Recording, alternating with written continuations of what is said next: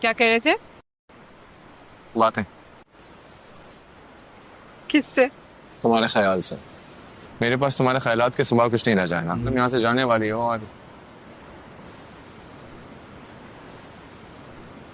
काफी देर से तुम्हें देख रहे थे। यहाँ क्या कर रही हो?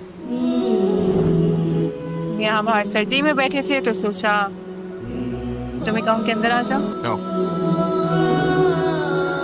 Thank you. किस बात के लिए? यही देख के कि तुम्हें आज भी मेरी फिक्र।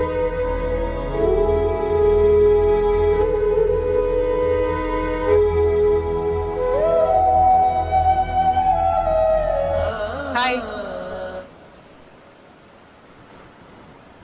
क्या कह रहे थे? बातें। किससे?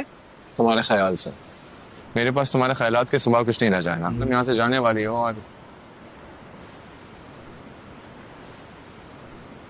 काफी देर से तुम्हें देख रहे थे। यहाँ क्या कर रही हो? यहाँ बाहर सर्दी में बैठे थे तो सोचा तुम्हें कहूँ के अंदर आ जाओ। No, thank you. किस बात के लिए?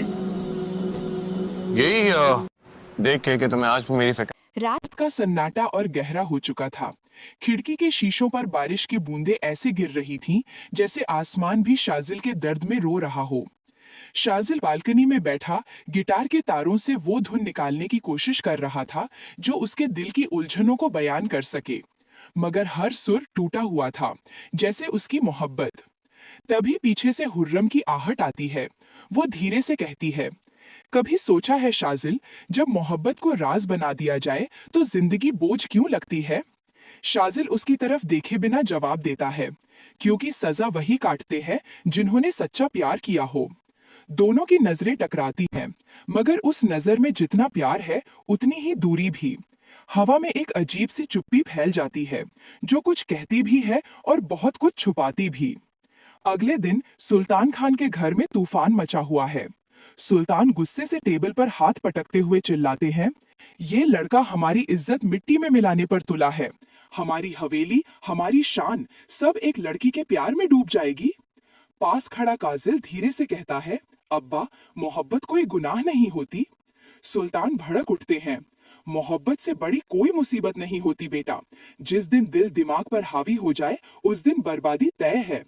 उनके लहजे में दर्द भी है, डर भी, जैसे वो खुद कभी किसी मोहब्बत में हार चुके हों। वो खिड़की की तरफ मुड़ते हैं और आंखों का पानी छुपाने की कोशिश करते हैं। उधर मुमताज अपने कमरे में आईने के सामने खड़ी है, होंठों पर एक कड़वी मुस्कान।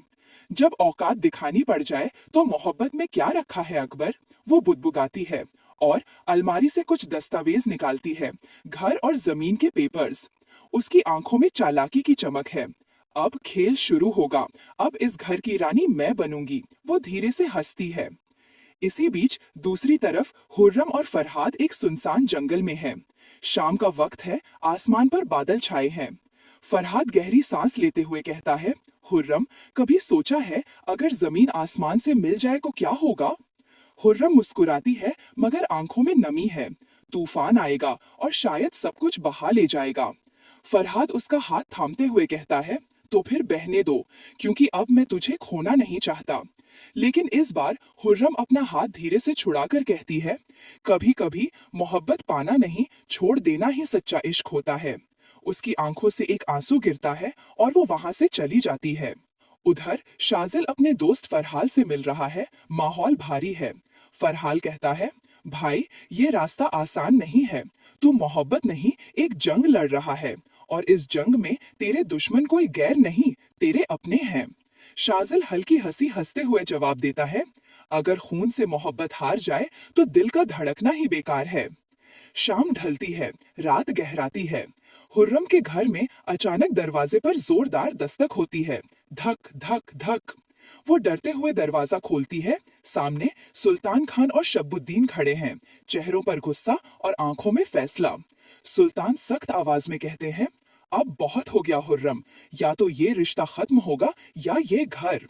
पूरा घर सन्न हो जाता है। हुर्रम की आंखों से आंसू गिरते हैं, लेकिन इस बार उसके चेहरे पर डर नहीं, हिम्मत है। वो सीधी होकर जवाब देती है, अगर इस घर की दीवारों में इंसाफ नहीं है तो मैं इन दीवारों के बिना भी जी लूंगी। सुल्तान एक पल को चौंकते हैं।